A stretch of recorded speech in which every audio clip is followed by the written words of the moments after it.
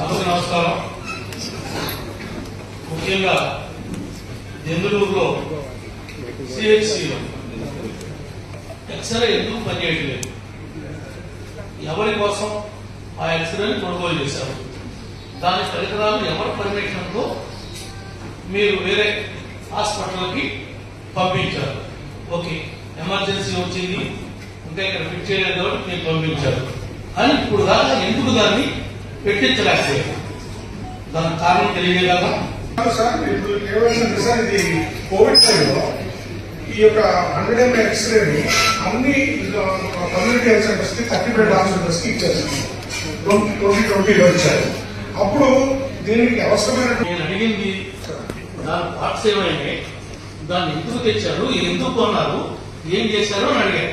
మీరేంటి పాత ఆయన ఏదో చేశాడు, మీరు వచ్చిన పాత డిసిహెచ్ఎస్ వల్ల ఇట్లా జరిగింది, ఇలా అవసరం లేకపోయినా కోవిడ్ టైంలో మీరు ఇండియన్ ప్లే చేశారు, అన్ని పార్ట్స్ ఉంటేనే కదా డబ్బులు పే చేయాల్సింది, వాళ్ళకి డబ్బులు పే ఎందుకు డబ్బులు ఇచ్చారు, ఇచ్చినటువంటి వాళ్ళు ఎవరో, ఇప్పుడు వరకు తీసుకున్నటువంటి చర్యలు ఏంటి, ఎందుకు అంత 100 బెడ్ల హాస్పిటల్ పెట్టి మీరు ఉన్న ఎక్స్రే రూమ్ పెట్టి ఎక్స్రేలో కొన్ని పార్కులు పెట్టి కొన్ని పార్కులు చంద్రపూడి పంపించి ఏం చేద్దాం అనుకుంటున్నారు హాస్పిటల్స్ ని?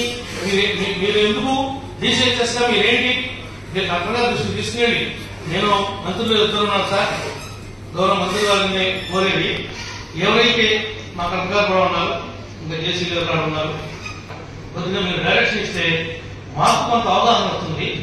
కాన్స్టిట్యూన్సీలో ఏం జరుగుతుంది, జిల్లాలో ఏం జరుగుతుంది. ఇప్పుడు ఇంత పెద్ద మీటింగ్, ఇప్పుడు ఈ మీటింగ్ నేను క్లోజ్ చేయాలంటే 11 గంటలు పడుతుంది. అన్ని అంశాలను నా ఇష్యూస్ ఉన్నాయి, కానీ మిమ్మల్ని వచ్చారు కదా 11 నిమిషాలు కూర్చోబెట్టడం మా భావం కాదు కదా. ఏం మాట్లాడితే అది ఏంటి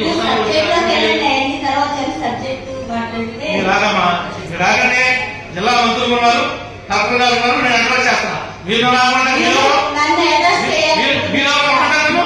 నేను మాట్లాడుతున్నాను, నేను మాకున్నటువంటి సమస్య ఇది నా ప్లాట్ఫామ్, ఇది నా ప్లాట్ఫామ్. నేను అప్పుడు ఎలా చేద్దాం మాకున్నటువంటి ఇబ్బందులు మేము చెప్పుకునేటువంటి అవుతుంది. మాకు చట్టం ద్వారా వచ్చినటువంటి శాసనం ద్వారా వచ్చినటువంటి హక్కు చెప్పండి.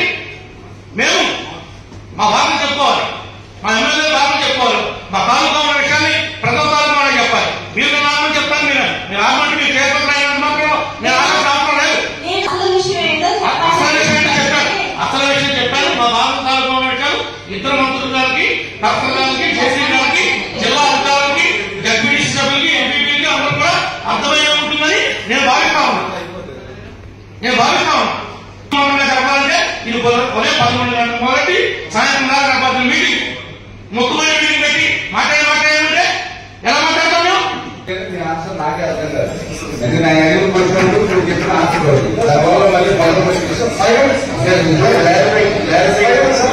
సభకు నమస్కారం. ముఖ్యంగా దెందులూరులో సిహెచ్సిలో ఎక్స్రే ఎందుకు పనిచేయట్లేదు, ఎవరి కోసం ఆ ఎక్స్రేని కొనుగోలు చేశారు, దాని పరికరాలు ఎవరి పర్మిషన్తో మీరు వేరే హాస్పిటల్కి పంపించారు. ఓకే, ఎమర్జెన్సీ వచ్చింది ఇంకా ఇక్కడ ఫిట్ చేయలేదు కాబట్టి మీరు పంపించారు అని ఇప్పుడు దాకా ఎందుకు దాన్ని పెట్టించలేకపోయారు? దానికి కారణం తెలియజేయగలరా? సార్, ఇప్పుడు సార్ ఇది కోవిడ్ టైంలో ఈ యొక్క 100 ml ఎక్స్రేని అన్ని కమ్యూనిటీ హెల్త్ సెంటర్స్ కి 35 హాస్పిటల్స్ కి ఇచ్చారు. 2020లో ఇచ్చారు.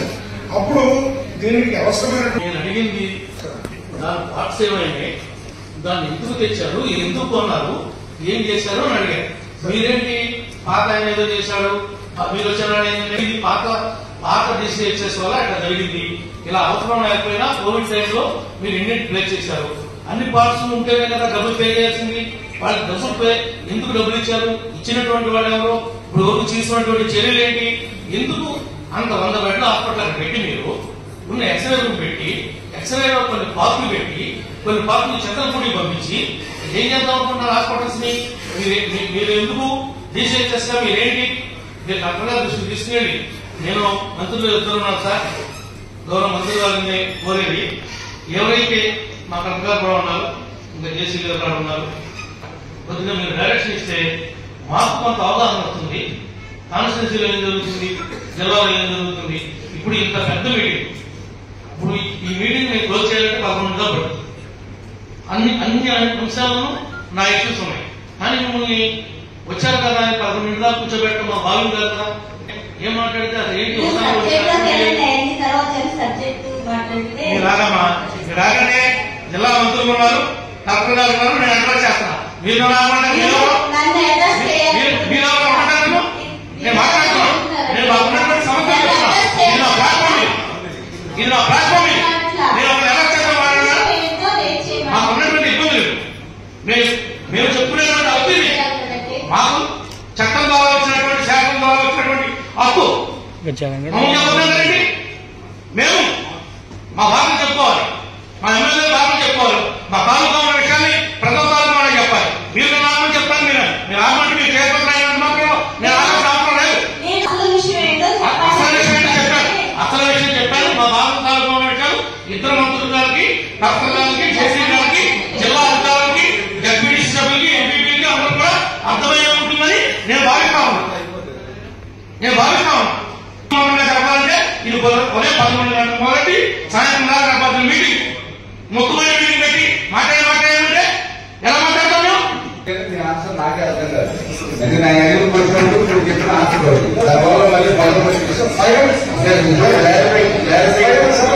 సభకు నమస్కారం.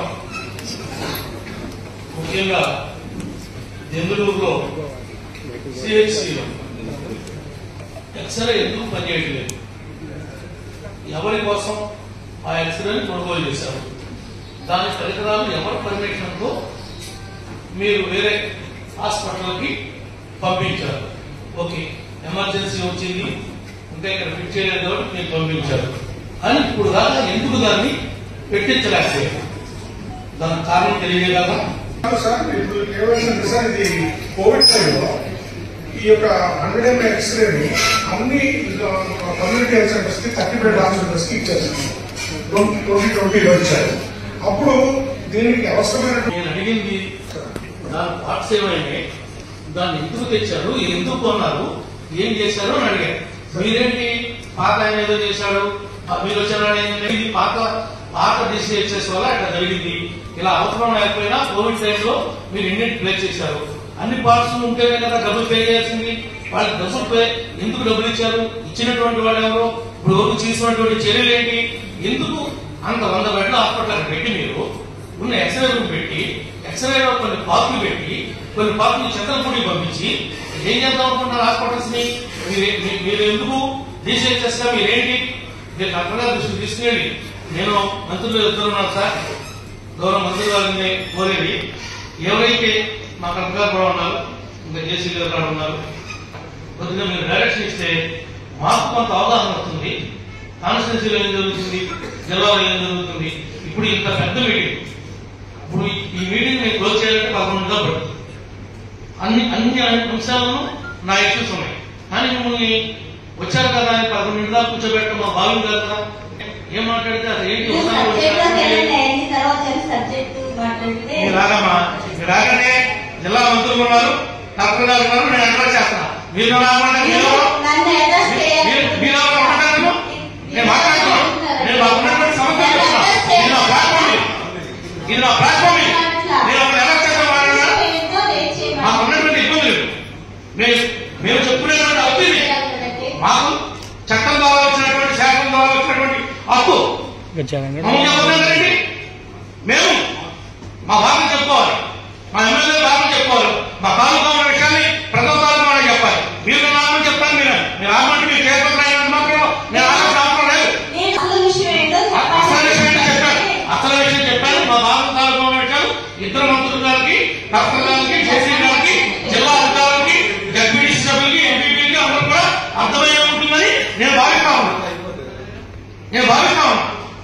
చెప్పాలంటే ఇది ఉదయం 11 గంటల మొదటి సాయంత్రం 4 గంటల మీటింగ్, ముఖ్యమైన మీటింగ్ పెట్టి మాట్లాడేమంటే ఎలా మాట్లాడతాం మేము?